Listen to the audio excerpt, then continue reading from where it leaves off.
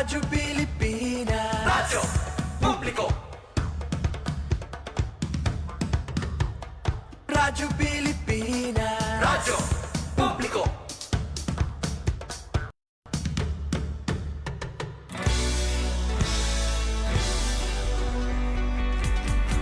Mahalagang mga balita, napapanahong impormasyon. Kami ang inyong gabay pag may bagyo at sakuna. Serbisyo ng gobyerno kapag may nangangailangan. Mga proyekto ng Pangulo, damang-dama ang pagmamahal niya. Tulay ng mga hinaing, ang problema ng bayan ating lulutasin. Tulay sa himpapawid, tulay ng pagbabago. Radyo Pilipinas, Radyo Publiko. ng bagong Pilipinas. Radyo Publiko. Radyo Pilipinas, Radyo Publiko. ng bagong Pilipino. Mga proyekto ng Pangulo, damang-dama ang pagmamahal niya. Radyo Pilipinas, Radyo Publiko. ang boses ng Pangulo.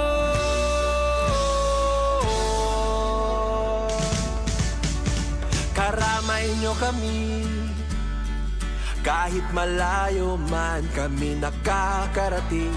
OFW magsasaka, buhay ay iba't iba, san mang lugar ng bansa natin.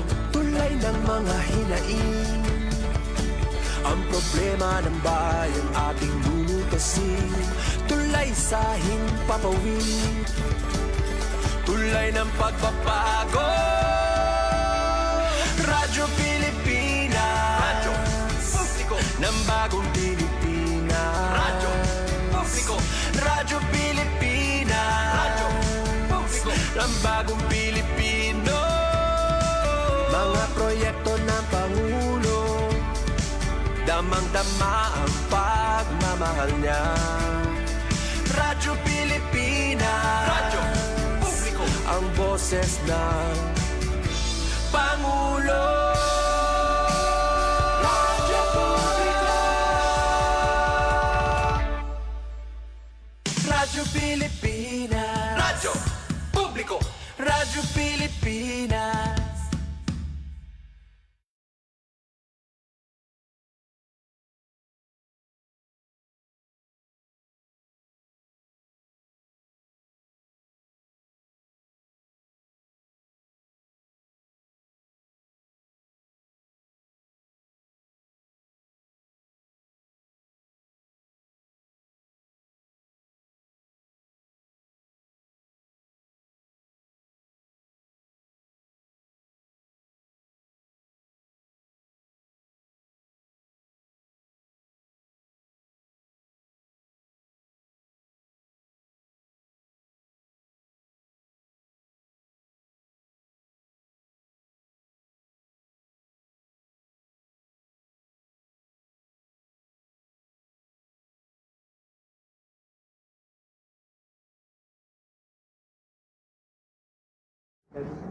Bagay, ikakat naman namin pero ongoing Yeah. siya sa Yeah.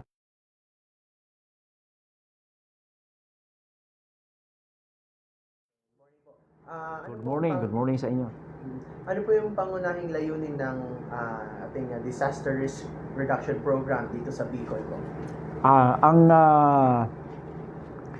primary mandate ng Office of Civil Defense at cascaded dito sa Office of Civil Defense Regional Office 5 is to administer a comprehensive DERARIM programs by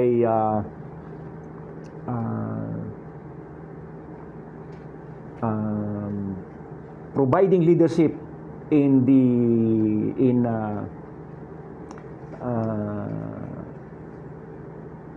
making strategic approaches to reduce the risk of hazards and manage the consequences of disasters. Yun po ang pinaka-primary na layunin ng Office of Civil Defense.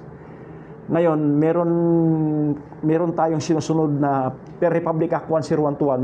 Meron tayong yung Republic Act 10121, yan yung disaster DRRM Act of 2010, kung yan ay tawagin. Ang tawag diyan ay Republic Act 10121. Meron tayong 4 na pillars: prevention and mitigation, preparedness, response, and rehab and recovery. Yung mga pillars na yan ay meron niyang mga co-chairs. Yung prevention and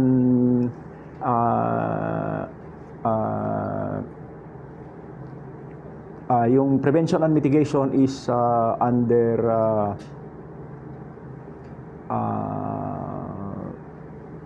DOST. Yung preparedness is under ng DILG. Yung response is under ng DSWD, at yung rehab and recovery is under ng NEDA. Yan yung 4 na pillars. Ngayon dito sa Bicol, ang meron tayo ditong tinatawag na Regional DRRM Council. Ang head diyan ay yung Regional Director ng Office of Civil Defense. So yung Office of Civil Defense, siya yung nag-provide ng leadership diyan sa Regional DRRM Council. Kasi sabi nga doon sa Republic Act 10121 to provide leadership in making approaches for to reduce the risk of hazards and manage the consequence of disaster. So, yun. So, doon sa baba naman, meron tayong tinatawag na provincial DRRM councils. This is chaired by the provincial governor. Pagdating sa cities and the municipalities, meron tayong tinatawag na municipal DRRM councils headed by the mayor or chaired by the mayor, and the city DRRM council headed by the city mayor. Doon sa baba, meron tayong tinatawag na barangay DRRM council headed by the barangay captain. So, ano bang ginagawa ng inyong civil defense, Office of Civil Defense? As the chairman ng council, tayo ay habang walang disaster, tayo ay gumagawa ng capacity building. Ibig sabihin, piniprepare natin yung ating mga kababayan para pag may dumating na sakuna, nakaprepare sila. So, anong ginagawa natin? Meron tayong ginagawang mga trainings. So, meron tayong mga trainings na funded by agency budget sa amin, yung tinatawag namin APB-related trainings. Yun yung mga trainings na funded by OCD funds na nagte-train kami taon-taon. Ang average niyan ay nasa 15 to 20 trainings per year. Pero meron din tayong training na ginagawa para sa mga local DRRM councils or LGUs. Ang tawag natin diyan, kami yung namamahala kasi dapat yung trainings na yan ay naka-record sa amin kasi lahat yan ay meron yang serialized yan. May mga numbers yan. So dapat may karga yan doon sa aming system. Information system. So, meron tayong, ang tawag sa trainings na yan ay technical assistance. So, lahat yan ay ginagawa natin taon-taon habang wala pang training, habang wala pang disaster, yan ang ginagawa natin. Pag may dumating na disaster, usually dito sa Bicol, kasi ang tawag sa atin ay typhoon belt or we are prone to disaster talaga ito sa Bicol. Hindi lang typhoon. Meron tayong pagputok ng bulkan, itong Mayon at saka Bulusan. At minomonitor din natin yung ibang bulkan na wala pang activity ngayon, pero yung Iriga, sabi sa amin, ay meron ng activity, kaya minomonitor na rin. At meron tayong mga lindol, meron tayong tsunami kasi nakaharap tayo sa Pacific Ocean. Nandyan yung Philippine Trench, nandyan sa Pacific Ocean, along the Pacific Ocean. Pag maggumalaw yan, baka mag-create yan ng, ang sabi ay it could generate up to 8.1 magnitude earthquake. At yung 8.1 ay kaya na yang mag-generate ng tsunami at delikado yung ating mga coastal areas. Magmula doon sa Dait hanggang dito sa Matnog ay nakaharap yan. So yan ang ating pinangangambahan o yan ating pinagpreparahan na kung sakali, God forbid, kung sakaling may mangyari, ay meron tayong panlaban. So ano bang ginagawa natin? So meron tayong tinatawag na National NSED, National Simultaneous Earthquake Drill, para yan sa lindol. Ginagawa natin yan dito quarterly. Kahit na hindi siya directed na national, meron tayong mga simulations, meron tayong mga locally initiated na mga drills na dito lang nangyayari sa atin para diyan sa hazard na yan. At meron din tayong mga initiatives katulad, pero hindi ginagawa natin on a simulation na sa tabletop exercise. Nakaranas na ako dito sa Albay. Pinagpipirahan din natin yung tsunami kasi nga we are tsunami prone. At pagsabing typhoon, nasa Pacific Ocean pa lang, nagprepare na tayo. Meron tayong tinatawag na PDRA or PEDRA kung tawagin namin. Ito ay Pre-Disaster Risk Assessment. Minimit natin yung Regional Derailment Council para matalakay namin kung ano ang gaano kalakas yung namumuong bagyo na yan, saan tatama, at ano ang mga vulnerable population na tatamaan. Yun yung pag-usapan namin at gaano siya kalakas, gaano ang magiging ang pagtatala namin pagtataya namin sa lakas ng bagyo na yan, at most likely ano ang paghahanda na gagawin natin. So kami naman meron tayong tinatawag na cluster approach. Kami sa OCD ang chair ng logistics cluster. So habang wala pang bagyo, piniprepare namin yung logistics, yung mga sasakyan, ina-alert natin yung mga member agencies, yung AFP, pinaprepare na natin yung kanilang mga sasakyan, yung PNP, yung BGMP, yung Coast Guard, yung DPWH, members yan ng logistics cluster. Pinaprepare na natin sila nung kanilang mga sasakyan para pag dumating yung bagyo, at napaka-crucial po dito yung warning agencies natin, yung Pag-asa. Kasi sila po yung bigay sa amin ng advice, ng warning, saan most likely tatama ang bagyo ayon sa kanilang instruments. Kasi their warnings is based on science. So, talagang yan lamang ang ating primary source of information. So, halimbawa, dumaan ang bagyo, yung dadaanan ay yung mga vulnerable population dyan, dapat iiwas na natin. I-preemptive evacuate. Dito po sa Bicol, yung preemptive evacuation, nung panahon pa nila Director Rafi Alejandro, yan ay nabuo nung panahon nila Governor Salceda. Nung panahon na yan, nabuo yung preemptive evacuation. Bago yan na-adapt sa ibang lugar ng Pilipinas, dito yan nagumpisa. Yeah, sa akin pagkakalam, dito yan nagumpisa sa Bicol. Yan ang pinakamagandang best practice ng Bicol na naipamahagi na sa buong kapuluan. In fact, naibahagi na. In fact, ina-adapt ito sa ibang bansa kasi si Dr. Sidik Daip, yung principal author niyan, ay siya yung nagsalita sa ibang bansa. Yan ang pagkakaalam ko. So, ano bang purpose ng preemptive evacuation? So, sa sinabi ko, pag yan ay dadaanan ng bagyo, iiwas natin yung ating kababayan. So, pagdaan ng bagyo, dahil walang natatamaan, may nasisira, of course. Pero yung mga tao ay safe. So, babalik lang sila. So, what will we do? That's when we conduct the rehab and recovery. So, based doon immediately pala after ng bagyo, conduct tayo ng rapid damage assessment. Rapid damage needs assessment. Para malaman natin kung ano yung immediate na pangangailangan ng mga tao. kung tubig o pagkain o whatever they need na immediately after pagdaan ng bagyo. Then eventually, we conduct the PDNA. Yun yung pangmahaba na post-disaster needs assessment. Kailangan natin yung damage, losses, at saka ano yung dapat i-reconstruct natin doon sa sinira ng bagyo. So, we'll conduct the PDNA. So, we will recommend the destroyed facility or infrastructure sa aming central office through the sa National Maritime Council para we will request for funds for the rehabilitation of this area. So kaya nga 4 na pillars prevention and mitigation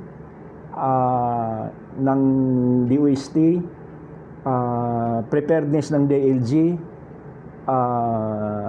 response ng DSWD, at saka rehab and recovery ng NEDA. During pala or habang naka-evacuate yung mga tao na sa evacuation centers, ang magre-respond niyan, ang lead agency ay ang DSWD.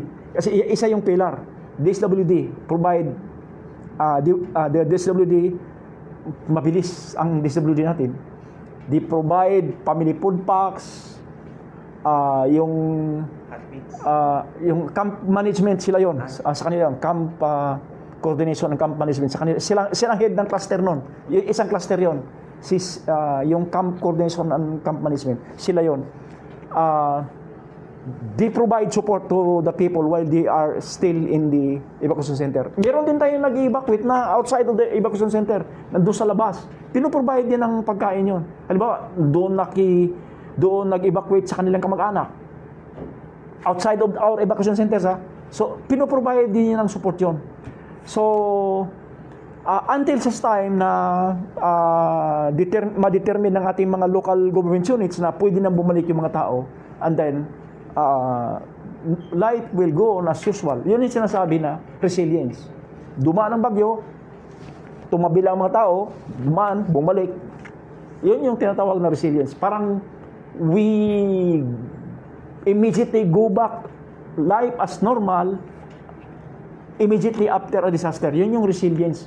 So, kami naman sa Office of Civil Defense, because we provide leadership, dapat kami agresibo sa yung ating capacity building, yung pagbigay ng kakayahan ng ating mga kababayan na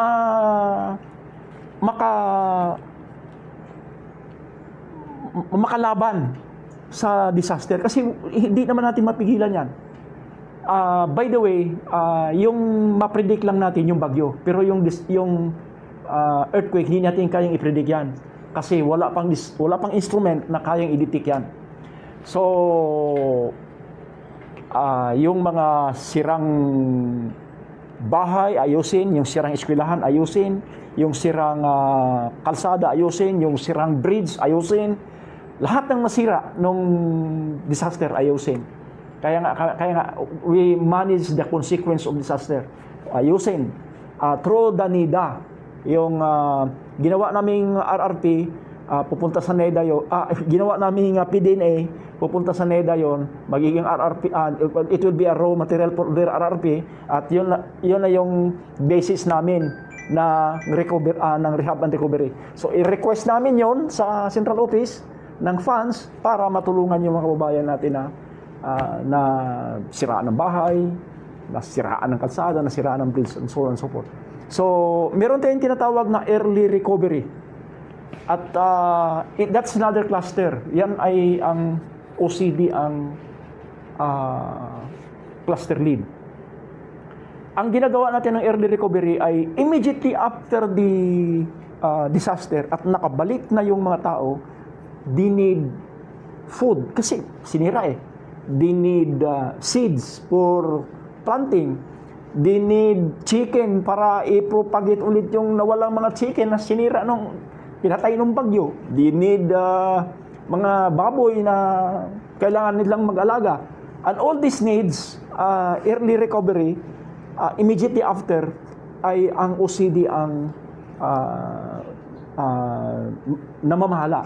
So, this is to make sure na yung ating mga kababayan ay mabigyan ng kakayahan na mabubuhay ulit. So, pagka malakihan ng disaster, katulad nung Christine, ay ibang usapan yun. So, the National Derailment Council, under the directive of the President, will initiate yung action, yung dumadating dito na mga choppers, mga malalaking trucks. National Derailment Council ang ang nag-facilitate through the Office of Civil Defense, kasi ang executive director nga ay yung aming Civil Defense Administrator. So, through the Office of Civil Defense, na-forward dito sa atin yun. Yung lahat ng mga yung galing sa ibang bansa na mga choppers, those were facilitated by the National Derailment Council through the Office of Civil Defense under the direction of the President. Kaya mapunta sa atin dito at matulungan yung ating kababayan. Katulad nung nangyari nung Christine, na lubog yung halos buong Kamsur, may part sa Kamlurtit sa Albay. So malakihan yon. So pag ganon, hindi na kaya ng Office of Regional Office yun. So kailangan natin tulong mula sa national ng National Derailment Council. So yun ang in a nutshell is the way how the Office of Civil Defense Regional Office 5 conducts its operations, because we yung pinaka-objective natin dito sa Office of Civil Defense Regional Office 5, of course sa ibang regional offices, is zero casualty. It is always be saving lives yung ating action. So yung zero casualty, lagi natin yan, hindi na, kumbaga, yan ang lagi nating objective every time na mayroong disaster. Okay. So, Yeah. ang dami natin na pag-usapan, no? From, ang dami palang pangunahing mga layunin ng OCD. Yeah. Aside sa pagiging, pagmamanage ng disaster and preparedness din, lalo na sa preparedness. And siyempre, yung goal natin na zero casualty. So now, ano po yung mga challenges sa pagpapatupad ng mga programs na nabanggit natin? Of course, as always, katulad niyan, ano naman yan? Those are really, kumbaga is, kami kasi dito, ang talagang regular lang namin dito, we are 36 all in all. Ang regular lang talaga namin dito, 29. Napakalaki ng Bicol. Lahat ng mga LGUs na nangangailangan, we can only send so much number of people. At any one time, ang aking capacity building section, tatatlo lang sila. Kasi yung iba naman, kasi may ibang ginagawa. Tatatlo lang sila to respond to 120 LGUs for the entire Bicol. Kaya, we can only do so much. Yun din aking rehab and recovery, tatatlo din lang. And this should be as directed by the OCD Central Office. Dapat mabilis yung aming rehab and recovery, but tatatlong tao lang yan eh. How could we do it kung ganun lang kadami? But we're trying our best na mapunuan yung pangangailangan ng ating mga LGUs. Katulad ngayon, halos hindi na sa umuwi dito. Andun na sa labas lagi. Yung yung capacity building ko at saka yung aking rehab and recovery team, halos na sa labas lagi lahat. Kasi kulang na kami. Yun ang aming challenge dito.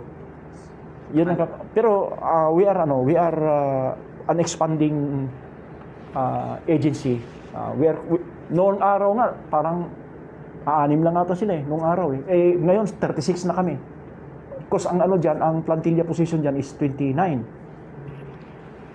So, but we're an expanding organization. So, hopefully, we can, slowly but surely, we can stand up to the challenge. So, parang, despite the less number of employees, napupunan pa rin Napunuan namin. Mm-hmm. Pero yun nga, Talagang mahirap, pero wala tayong magawa. This is our job, you have to do it. Kaya ganun talaga. So now, well, nabanggit niyo kanina yung sa preparedness, kung paano maganda, gaya ng, di ba, nabanggit na yun sa mga preparedness. So, and then, trainings, nabanggit na din sa trainings, ano yung mga, syempre, sa mga ginagawa nating trainings, ano yung epekto nito, like, from the past years, nagkakandak tayo ng mga trainings. Now, so far, ano ba yung naging epekto nito sa mga LGU, especially dito sa mga DRRNs? It's very kumbaga is yung ating mga DRRM, local DRRM offices ngayon is very much naiiba na siya doon sa dinatnan ko noon na local DRRM offices. Kasi continuous yung ating training. Ano ba yung tinitrain natin? Incident Command System. Yung Incident Command System, it is an on-scene response system para magkaintindihan kami ng, kasi we are a multi-agency system. So, para magkaintindihan yung mga tao, dapat mayroong isang training para hindi na sila magkakagulo pag-respond ng isang disaster. So, meron tayong ICS, Incident Command System. Meron tayong PECP, Public Service Continuity Plan. Meron tayong contingency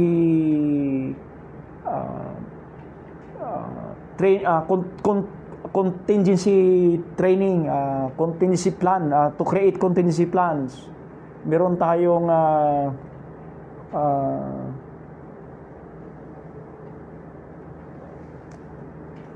ano po bang training ito? ICS, contingency plans, PSCP, at saka marami tayong mga trainings abroad. Pinapadala natin abroad. Maraming training na continuously natin na magpapadala tayo at tinitrain natin. Yun yung training namin, yun din yung tinitrain ng mga LGUs doon sa kanilang mga areas. So, I'm sorry, I forgot the names of the trainings, yung iba.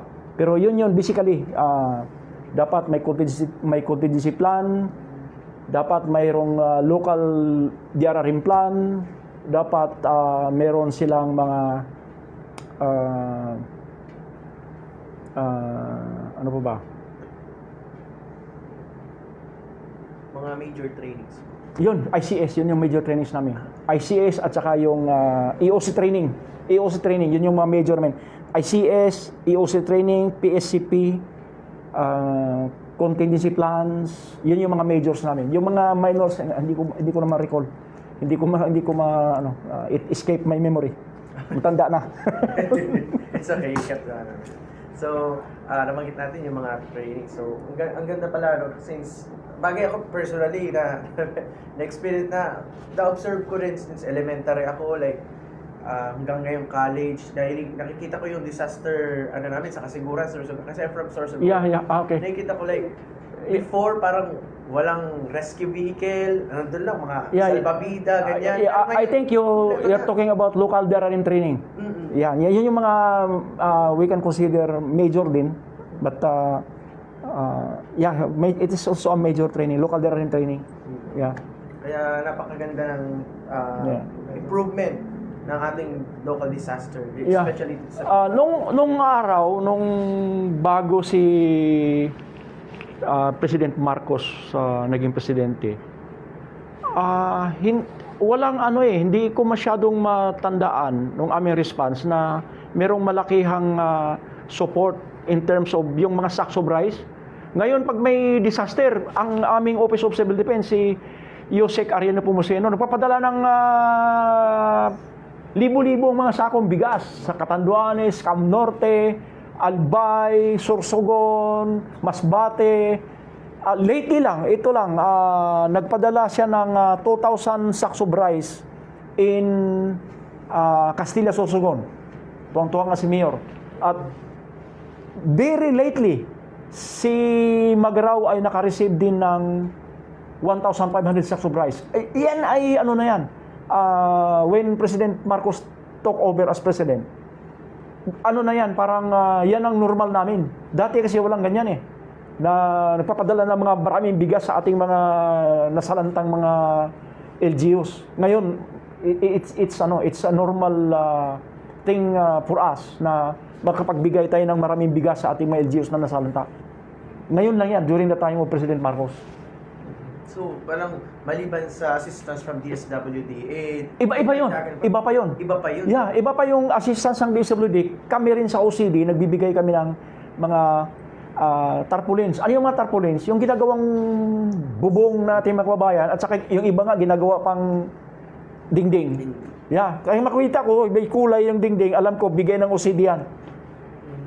And there are a lot of tarpaulins na ibigay namin. Siguro, every time, meron kaming 10 million worth nung nakaraan, plus another 10 million now. So, marami-rami na tayong naibigay na tarpaulins. So, marami yun. Lalo sa Catanduanes at saka Kamsur, marami tayong naibigay dyan. Of course, sa ibang lugar, pero yun yung pinakamarami during Pipito at saka yung mga nakaraang bagyo sa Camarines Norte at saka Kamsur, pati Albay. At saka Sorsogon. So, marami pala tayo Di maliban dyan, marami pa tayong mga non-food items. Katulad ng family kits, hygiene kits. Yan yung binibigay namin yung kulay orange na box. Marami tayo yan. Marami tayong pinamimigay yan. At mas marami ngayon yan during the time of Yusek Ariel Nepomuceno. Mas marami tayong pinamimigay ngayon. So, grabe, napakaganda naman ng OCD natin. Now, sa technologies naman po tayo, technology innovations, ano po yung mga makabagong technology o pamamaraan ang ginagamit po natin para ma-predict and ma-minimize ang epekto ng bagyo? Yes. Actually, yung tayo dito, nauna talaga tayo dito sa Albay, sa Bicol. Yung pag-predict ng bagyo, nandoon pa lang sa Pacific Ocean. That's an innovation. Kasi noon, hinihintay natin pag nandyan na. Ngayon, bubuo pa lang siya. Ibig sabihin, low pressure area pa lang siya. Binabantayan na natin yan. Ganyan kagaling yung ating pag-asa. Nabubuo pa lang babantayan na natin. Yung ating mga early warning devices katulad ng rain gauges natin na around Mayon Volcano, that's also very effective. Kasi sabi ng experts, itong Mayon Volcano, marami yang naka-deposit na mga debris, lahar, dyan sa kanyang mga slopes.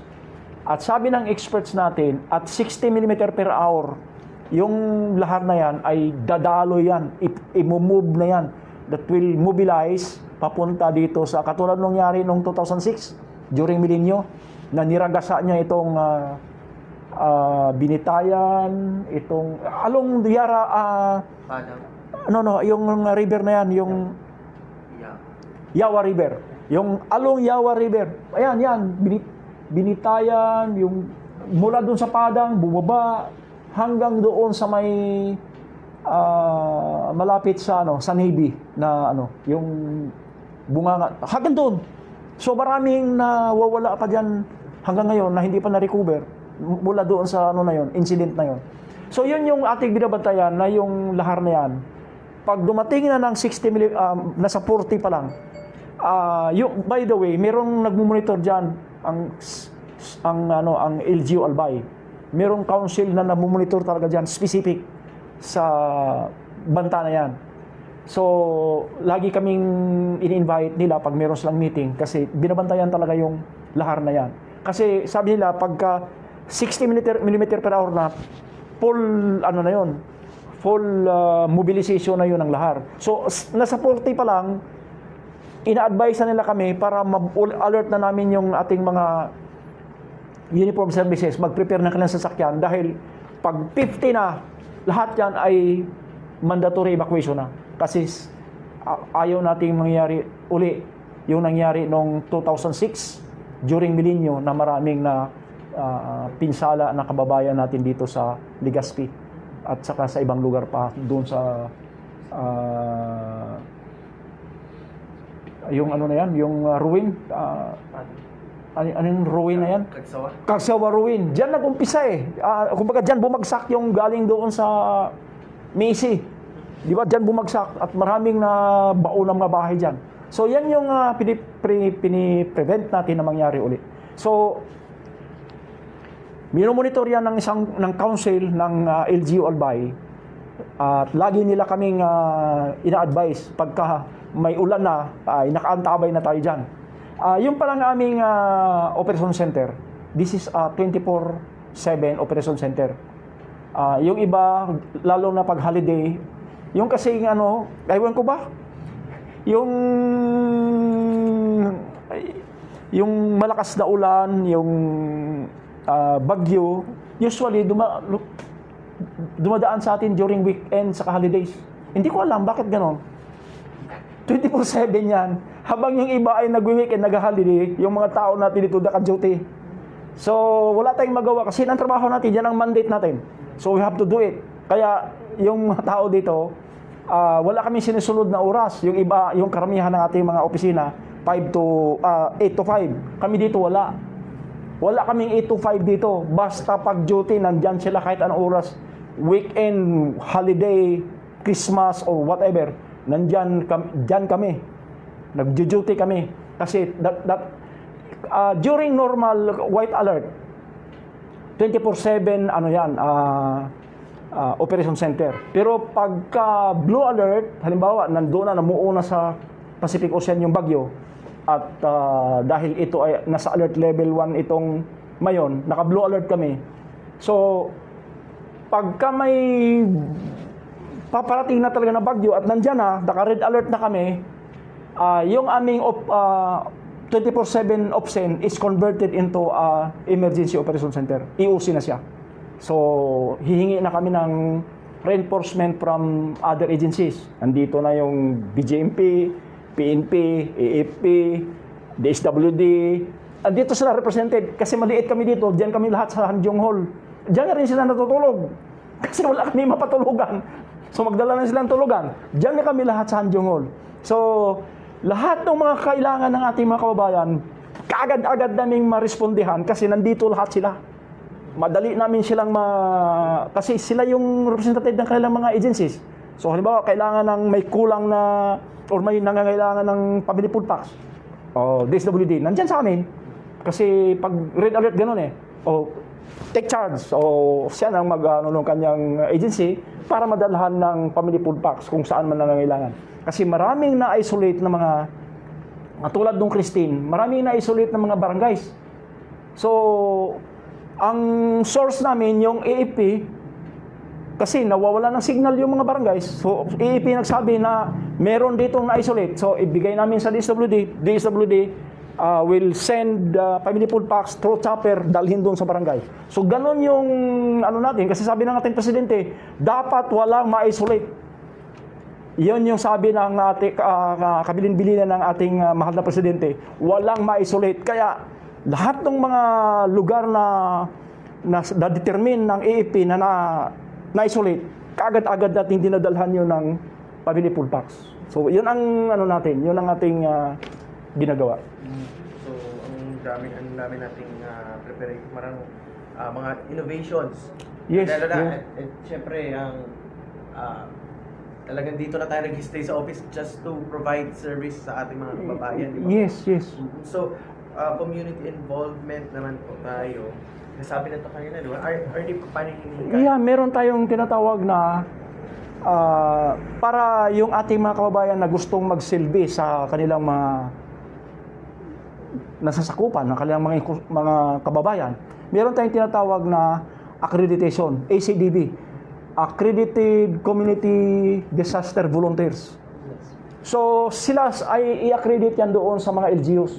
Halimbawa, radio group, meron tayong radio, so gusto nating tumulong pag may disaster.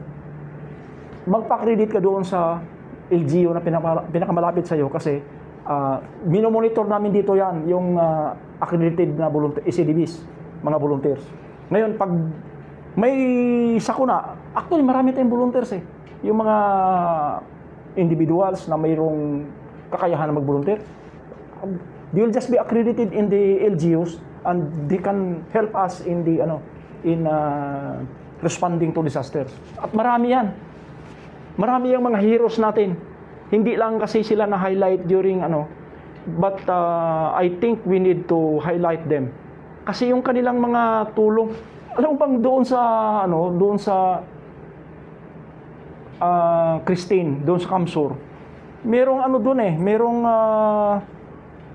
may yung sasakyan niya, yung kanyang, kasi yung rubber boat, nabubutas yan pag nakaraan doon sa mga sanga, malalim yung tubig, so nakadaan sa mga sanga, nabubutas siya. Hindi lang namin yung isang mama doon, may makina yung kanyang sasakyan, wala siyang ginawa, kundi ikot ng ikot, he was a volunteer, hindi lang natin talaga na-capture. Sabi ko, sayang, hindi natin kung sino yung mama na yun. Ikot lang siya ng ikot doon, rescue siya ng rescue. He was a hero, hindi natin na-identify yun. Pero I know he was there. And there are so many other stories of the same na talagang they just volunteered. They just walang hinihintay na kapalit. Nag-volunteer man talaga sila. Hindi lang namin na na document. Hindi ko alam kung sa LGU na document nila. Pero there was that incident. Sana maano natin yung in the future. Or, Yeah, kaya nga dapat may makuha ng media mga yun na mga stories na yun, stories of heroism na sayang nga hindi ko na-capture Kasi pag ko doon, wala na tapos na. Pag dating ko doon ulit. Kasi nagpunta kami doon sa kasagsagan nung nagpunta kami. Of course, I have to return here para i-manage ko yung latag ng ating mga resources. So when I went back, wala na. So, hopefully, ma-document natin in the future. Yeah, in the future. Marami yan sila. Marami yan sila. And of course, sa amin din sa media. Hopefully, maano natin. Yes. So, now, nasabi natin yung role ng OCD as nagpa-manage, di ba? So, Yeah. Ngayon po, punta naman tayo sa ating mga local leaders. So, ano po yung ginagampanan ng ating mga local leaders sa pagpapalaganap po ng kaalaman ukol sa disaster preparedness? Yung ating mga local DRM councils sa probinsya nga, led by the governor, sa munisipyo, led by the mayor, municipal mayor, and the city mayor, tapos doon sa pinakababa, led by the barangay captain. Sila yung, kumbaga yung aming ginagawa, direkta sa kanila. Sila yung kasing aming clientele. Siya yung kliyente namin. So, through the local DRM officer, pag probinsya, meron tayong tinatawag na PDRMO, Provincial DRM Officer. Siya yung lahat ng program ng National DRM Council through the OCD, sa amin dumadaloy papunta sa kanila. Trainings, pag disaster support, pagka walang disaster back to training. So sila lahat yung capacity building sa kanila dumadaloy. Yung council naman, yung local DRM council, sila yung magde-decide kung anong gawin nila doon kung may mangyari sa kanila. So habang mangyayari, they have to prepare. Dapat meron silang contingency plan, dapat meron silang PECP, yung Public Service Continuity Plan, meron silang DRM plan, lahat ng plans dapat nandun sa kanilang record. At yung plan na yon, hindi lang yun natutulog doon. Dinidrill yun. Halimbawa, ang contingency plan is patungkol sa tsunami. So, ang local government unit, yung local DRM council, in case of munisipyo halimbawa, yung municipal DRM council, i-drill niya yon. Halimbawa, nangyari nga, anong gagawin natin? So, base doon sa plano nila, yun ang i-drill nila. Takbo sila sa high ground, tapos habang nandoon ay mag-respond yung response cluster, ang lead agency ay DSWD, magpunta doon para bigyan sa pagkain. Ganun. I-drill yun para sigurado na pag mayroong mangyayari katulad nung nangyari sa Moro Gulf in 1976 ata. I'm not parang 1976. Ay hindi ulit mangyari yon sa atin. So, marami pa na, malaki din pala role din ng LGUs talaga. So, Yes, of course. Sila yung nasa kanila yung decision making. Nasa kanila yun. Lalo na pag during po, di ba? Yeah, during. At kami, kaya nga this is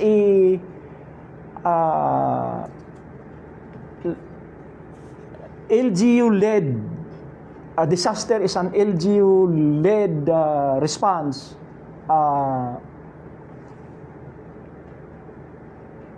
Enabled by the national government through the national government agencies, including the OCD. So, this is an LGU-led and national government enabled. So, yun yung response natin. Yun yung pinaka concept ng response natin. So, dito naman tayo sa ang dami nating natalakay sa roles and from the LGUs. So, dito naman tayo sa rehabilitation. So, although na-mention niya kanina yung sa rehabilitation, so, yung mga pangunahing hakbang na na-mention na natin. So, yung pangalawa do. So, itong pangalawang kasi sa rehabilitation is paano po natin siguro na mabilis na pagbibigay ng relief goods sa ating mga nangangailangan. Pag sabing relief goods, ang cluster lead dyan ay DSWD. Wala pa akong naranasan dito sa Bicol na nagkulang ng family full packs except doon sa Christine kasi hindi makalusot yung ating mga trucks from Manila. Pero nahanapan ng paraan ng DSWD. Dito lang pinadaan sa Cebu through the Castilla Port of Castilla. So hindi rin nagkulang, napunuan din. So yun lang yung incident na medyo na-threaten kami na baka magkulang. But from Cebu to Castilla, distributed dito. I see. Kaya lang, naalala ko, ginagawa ko ng balita yun. Umabot ng 20,000 family food packs. Yeah. Hindi nga makauwi dito yung operations chief ko eh. Andun laging kasi kami yung logistics eh. Kami yung naghahakot doon papunta dito sa DSWD. Halos di makauwi yung yung operations ko. So, talagang grabe ang role din talaga ng OCD sa part ng disaster response. Now, ito sa long-term rehabilitation, may na-mention ba? Yes, yun nga ang natin yun ang katulad ngayon. Another example is the Christine. Maraming nasisirang tulay diyan. Hanggang ngayon hindi pa naayos. Diyan sa 3 tulay diyan sa Region District 5 ng Camarines Sur. Hanggang ngayon hindi pa natin maayos kasi nga we need there's a process. There's a process para maka-request tayo ng funds para maayos yan. But it's ongoing. I tell you, I promise you this, it's ongoing. But it undergoes a process. Hindi yung basta-basta hingi ng pera. No, it's not. There is a process. So, dumadaan para sa yun yung simula ba? Parang process and then implementation. Yeah. Once na maiakyat na natin yung request for therein funds sa national, it will go to the OCD, to the Office of Secretary of National Defense, then to the Office of the President, then approval, then to DBM, and then DBM to usually DPWH. Siya ang mag-implement ng rehabilitation. So, Hindi na dadaan sa amin. Kami process lang. Pero yung implementation, hindi na amin yun. DPWH na or DA or whichever either agency is the implementing agency. kumbaga, i-report nyo lang kayo, ito yung mga... Kami yung process. Pero yung implementation, wala na kaming doon. Sa na yun. Depende na yun kung sinong agency ang i-designate na magiging mag-implement. So, ano na po yung ginagawa natin upang mapabilis ang pagpapabalik ng kabuhayan ng mga affected? Yun nga yung sinasabi ko kanina, yung early recovery.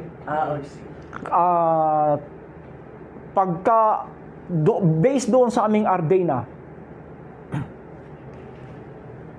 ma-determine namin kung gaano ka ang magnitude ng disaster. At from there, planuhin na namin dito, the council, yung regional council, planuhin na namin dito, ano ba ang dalhin nating support or ayuda sa mga tao dito. So, definitely, yung kanilang mga palay, walop yan, mawawala yan. So, kailangan nila ng seeds. DA will be in charge. Yung mga fisheries na walop yan, Bureau of Fisheries will be in charge. Yung mga kalsada na sinira, DPWH. So, kami mag-coordinate. Ngayon, pag may submit sila sa amin na reconstruct or rehabilitation of these facilities, i-submit na sa amin, ang OCD will validate. I-validate namin yon. Ang kasama namin, hindi lang naman kami. So, kung halimbawa ang nasira ay kalsada, kasama namin doon ay yung mag-validate, DPWH, automatic yun. DILG, kasama rin namin PBOX, NEDA, meron namin kasamang NEDA, DSWD, meron namin kasama. Ngayon, depende doon sa result ng kanilang validation, ibalik dito sa amin, process namin dito, then submit doon sa National Environment Council. Ngayon, bahala na sila doon kung i-approve nila o hindi yung aming request. Pero yun yung pangangailangan ng ating mga local areas, local government units. So, ganun yung proseso. Pag na-approve na yun, i-approve ng Office of the President, i-implement na kagad yun. Depende kung anong agency ang mag-implement. Kung tungkol sa rehabilitation ng farmlands, the DA. Pag irrigation, the Bureau, NIA, National Irrigation Administration. Kung kalsada, the DPWH. So, depende. Depends sa kung ano yung kung ano yung i-implement na project. Yeah, depende nga. Oh, depende. Okay. So, dito naman tayo sa partnerships and fundings. Although, na-mention na natin kanina yung sa mga partner agencies. And actually, hindi na partner agencies, part talaga ng parang pillars, ba? DPWH. Yeah, kasi ang Regional DRRM Council sa regional office lang is composed of 54 agencies and volunteer organizations. Simon of Siren is part natin. Red Cross is part natin. And national government agencies. 54 nga lahat ang member eh. So, lahat yan ay tulong-tulong yan para mabigyan ng kaukulang suporta yung nangangailangan na community. So, hindi lang yan OCD. Kami OCD, we are just, as chairman ng council, I just provide the leadership. So, we coordinate. Ano ba, DPWH, gawin mo ito. DA, gawin mo to. DSWD, gawin mo to. So, we, as a council, ang OCD ang mag-provide ng leadership, but those agencies na concern sa particular na concern, sila yung mag-action, hindi OCD. Kami lang nagko-coordinate doon. So, mahalaga talaga yung, especially yung coordination. Lalo na, hindi natin alam kung sino masusunod, pero dapat talaga is OCD. No? Yeah. Kasi yan ang mandate ng OCD under the law. So, especially dito sa ating mga NGOs, paano po ba sila nakakatulong sa ating rehabilitation? Ay, malaking tulong nila. Unang-una, sila yung nakakaalam kung anong dapat ayusin. Di man namin alam dito. So, sila yung mag-recommend with the help of the yung mga local nila, yung may mga local yan na national government agencies na may local din sila eh. Kami lang ang wala. Meron yan silang component doon sa province. So with the help of those katulad ng DPWH, meron yan silang mga DEO, District Engineering Office. With the help of those DEOs, malalaman ng LGU ano yung mga nasira, ano yung kailangan ayusin. So with that, they will submit to us project proposal based doon sa sira. So kami naman, as the council chair, will go there to validate. Then pag na-validate, prepare the recommendation to OCD Central and then to the National Dairy Council and then to the Office of the President. So yun yung proseso. Sila, yung mga LGUs ang nakakaalam. Malay ba namin kung ano nasira doon? I see. So, malaki din pala ang part ng ating NGO. So sa part naman po ng ating funding, so sapat po ba yung mga pondo para sa ating rehabilitation? And kung hindi, paano po ito nasusolusyonan? Actually, ang sabi ng aming Civil Defense Administrator, but I'm not sure about this, pero sabi niya na gumamit na ng pera ang Office of the President para punuan yung National Development Council kasi something like but I'm not knowledgeable about this. Pero yun nga, gumamit na ng pera galing sa Office of the President para punuan yung pangangailangan natin sa disaster requirement. Yung rehab and recovery ng disaster. So malaki dito lalo na pag naalangan na yung pondo ng ibang agencies through the Office of the President. Yeah, yun ang narinig ko kay aming CDA na gumamit na tayo ng pera ng Office of the President para dagdagan yung requirement para sa rehab and recovery. Ayun, kasi naalala ko that time, nag-DC President, and then nagpamahagi siya ng 10,000 na pesos ayuda sa mga farmers natin. Iba pa yon. Hindi yun sa rehab and recovery. Ayun. Iba pa yon. Assistance pa pala yun. Assistance yun. I see. Oo. So, grabe, malaki pala. Ito, lesson and success story. So, ano pa yung pinakamahalagang aral na natutunan ng ating tanggapan mula sa mga nagdaang bagyo? Ako personally, ang ko talaga is yung evacuation. Kasi, at hindi lang evacuation, hanggang ngayon, I'm still recommending na yung mga tao natin na nandyan sa mga delikadong lugar ay ma-relocate. Kasi hanggat hindi ma-relocate yan, I'm asking, bakit itong mga taga-Legazpi, pag may sakuna, walang namamatay dito? Bakit ang namamatay yung nandoon sa Burol, nandoon sa kalsada ng from Tiwi to Patitinan, from Tiwi Albay to Patitinan, Sangay, Camarnesor? Bakit yun ang mga namamatay? Kasi sila yung mga nandoon sa delikadong lugar. Yung taga-Legazpi, di man delikado yan kasi pili yan. Ibig sabihin, the government should look for a suitable place na declared ng Mines and Geosciences Bureau na safe. Doon i-relocate yung ating kababayan. Para pag may dumaan na sakuna, wala tayong pakialam kasi safe ang mga tao natin. Kasi ang namamatay yung mga doon sa Burol, nandun sa tabi ng ilog, nandun sa tabi ng landslide prone areas. So, yan ang pinakamalaking lesson na gusto kong ibahagi na kung sana mabigyan ng relocation lahat ng mga tao na nandoon sa mga delikadong lugar. At ginagawa naman natin mga LCEs yan, ng ating mga governors, mayor. Ginagawa yan. Meron lang tayo kasing human nature na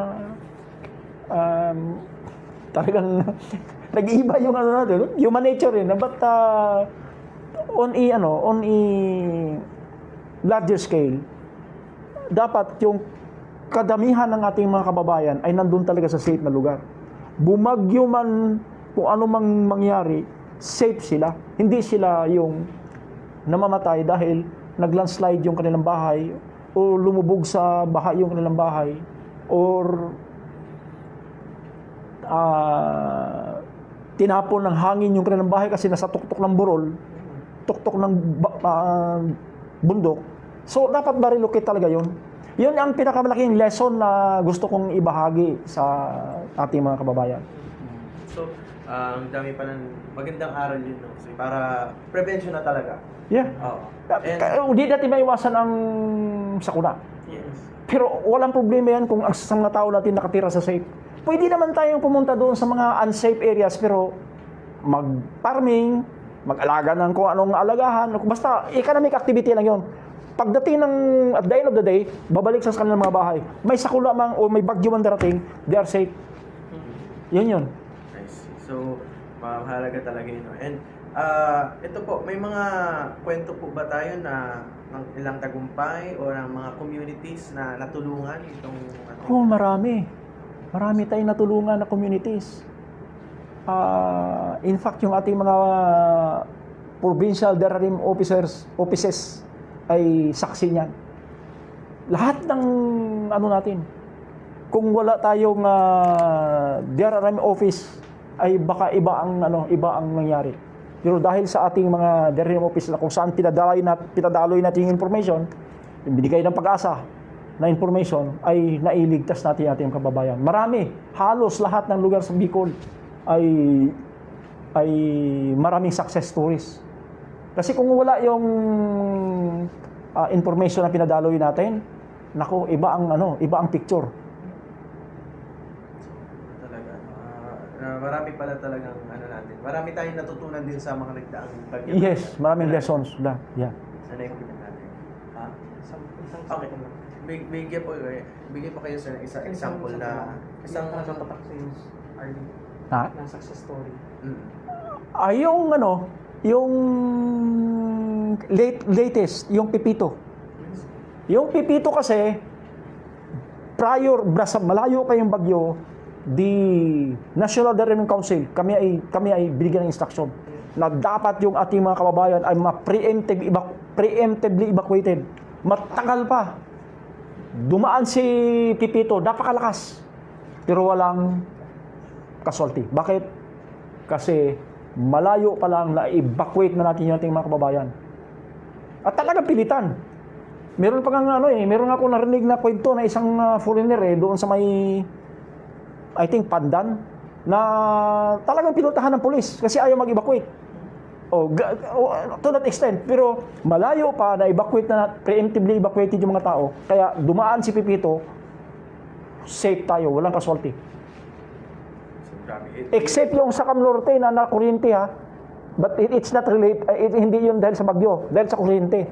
Na electrocute sa Lalay na kuryente. Hindi, doon sa bubong. So, hindi siya typhoon related. Hindi talaga, Yun lang ang casualty. Ayaw kasi pinakalitis yun na talagang greatest achievement yun. Hindi lang sa Pamorga, meron pang kapsul. Merong report sa kapso pero nung inang namin, wala naman. So parang false. Merong report initially, pero yung sa Camnorte ang totoo. I see. So parang after validation, hindi naman pala. Yeah. So, how do you see Bicol region as disaster risk reduction model compare sa ibang region? Of course, dahil nga tayo dito, lahat ng disaster ng buong Pilipinas are all in Bicol. Yung iba may bagyo, pero yung iba may lindol, pero hindi lahat ay may bulkan. Hindi lahat ay may tsunami. So, pero lahat yon, ipunin mo lahat yon, nandito lahat sa Bicol yon. Very vulnerable tayo sa Very vulnerable tayo. So, despite sa lahat ng sa lahat ng disaster na yon, Bicol is safe. Look at Bicol. So, ibig sabihin, resilient tayo. So, yan ang yung nagbabagyo, yung mga tao parang normal lang. Nagbabagyo yun kasi malayo sila sa tawag dito, hazard area. So, okay lang yung mamasyal. Walang problema. Basta as long as malayo ka sa hazard area. Yun yung sinasabi ko, na dapat ma-relocate talaga itong mga tao na ito na sa vulnerable area, papunta sa safe area na declared ng MGB na safe for habitation. So, bagyo, yung mga tao na mamasyal. Totoo yan. Ganon ka-resilient ang mga Bicolano. So, especially sa mga malls. Ay, safe sa Puno yung mall. Puno yung mall. Ang galing So, iba tayo mga Bicolano. Iba tayo. Kasi nga, sanay tayo dahil lahat ng klaseng disaster nasa atin. Kaya, usually parang may bagyo, okay. Wala. May evacuation center and then normal lang. Normal lang. Diba? Importante, safe. Yes. Now, so, eto naman tayo sa future plans and visions. So, ano yung po mga plano ng ating tanggapan upang mas mapaunlad po ang disaster preparedness dito sa ating Kami ay tuloy-tuloy yung aming training. We would like na sana yung ating mauna muna yung mga government government facilities o government sector natin na matrain muna lahat. Kasi marami tayong tinitrain na training of trainers para sila na mismo ang train doon sa kanilang mga lugar, sa kanilang mga nasasakupan. Sa ngayon hindi pa yan I'm not confident na yan ay naabot na natin. Kulang pa tayo diyan. Kailangan pa nating aggressively mag-train pa ng maraming mga makakatulong sa atin na magpalaganap ng mga kaalaman tungkol sa disaster. Pangalawa, yung ating Gawad Kalasag. The Gawad Kalasag is a system na kung saan ina-award natin yung mga LGUs pagka sila ay fully compliant, resilient na sila or beyond compliant, beyond resilience. So, gusto namin kasi sa ngayon, out of 120, 88 lamang ang nag-qualify. Marami pang wala. Kasi hindi ko alam anong dahilan pero we will be going there in their LGUs para malaman natin ano ba talagang dahilan. Kasi kung maghintay lang tayo nung application nila na sumali sa Gawad Kalasag, ay palagay ko hindi talaga natin maabot. But we'll go there, encourage them, and enroll in the Gawad Kalasag Awards. Isa yun. Pangalawa, yung ating warning system, at sinabihan na kami ng aming Civil Defense Administrator, Yusik Nepomuceno, na magkaroon tayo ng malawakang warning system. It will be, gagayahin daw natin yung system sa Thailand, na yung mga strategic areas magkaroon ng siren. Para pagka may tsunami, tutunog yun. Ano yung control national yun? So, pag may ma-detect yung ating mga warning agencies na tsunami or lindol or whatever disaster, tutunog yung siren system. At mayroong words na kasunod na explaining what was the warning about. So, yun yung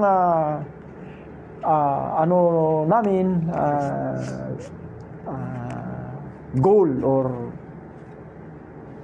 objective namin na magawa. It will be a national initiative.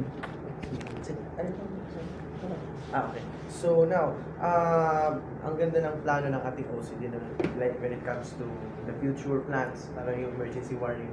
So now, ano po yung nakikita nating papel ng ating mga youth sa patuloy na pagsusumikap para sa disaster resilience? Oh, malaki. In fact, the law requires the youth to be trained on disaster management. Nasa batas yan na kailangan ang mga eskwelahan ay kasali. In fact, meron tayong roster meron tayong dati pero naputo lang kasi medyo walang nagpapalo up. Meron tayong reservist ng National Reservist aside from the ROTC, meron tayong these are composed of students. School-based ito, yung i-enroll sila as National Reserve, yung mga kabataan natin. Naputol lang kasi itong programa na to, but it is in the law na kailangan na yung mga estudyante ay through CHED ay malista as National Reserve. Yung ating graduate ng CWTS at saka LTS. Kasi ROTC, CWTS, LTS. Yung graduates ng LTS saka CWTS dapat meron tayong record niyan kasi sila yung magiging pool natin of responders in case mayroong malakihang mangyayari. Pero yun yung ano ng ating kabataan. They should be trained on DRRM. So, malaki din ng papel ng youth, especially yung... Yes. Sila talaga.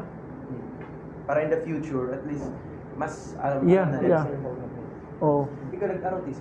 Yes, ROTC. Yung ROTC automatic yan. Reservist yan. Pero meron din tayo para sa yung sa graduate ng CWTS at saka LTS. So, hindi ako nakaka-relate sa dalawa kasi paras kaming ROTC. Yung ROTC automatic yan. Oh. Meron talagang ano dyan. Pero iba yung ano, yung National Reservist Program. So now, we're out, medyo napahaba yung story natin. So, wrap up po, ano po yung mensahe natin para sa mga taga Bicol tungkol sa kahandaan at pagbangon, and we can have Yeah. ano po sir? Para sa mga Bicolano, gusto ko lang pakiusap na pagka meron po tayong mga advisory ay huwag po nating i-ignore. Makinig po tayo sa ating mga authorities na pag sinabi nila na delikado na at kailangan ng mag-evacuate, ay although karamihan naman sa atin dito ay walang ano diyan pag preemptive evacuation, wag na po tayong mag-atubili na mag-evacuate. Ito po ay para sa kaligtasan nating lahat. Maraming salamat. Thank you so much, Mark. Thank you. Pinapa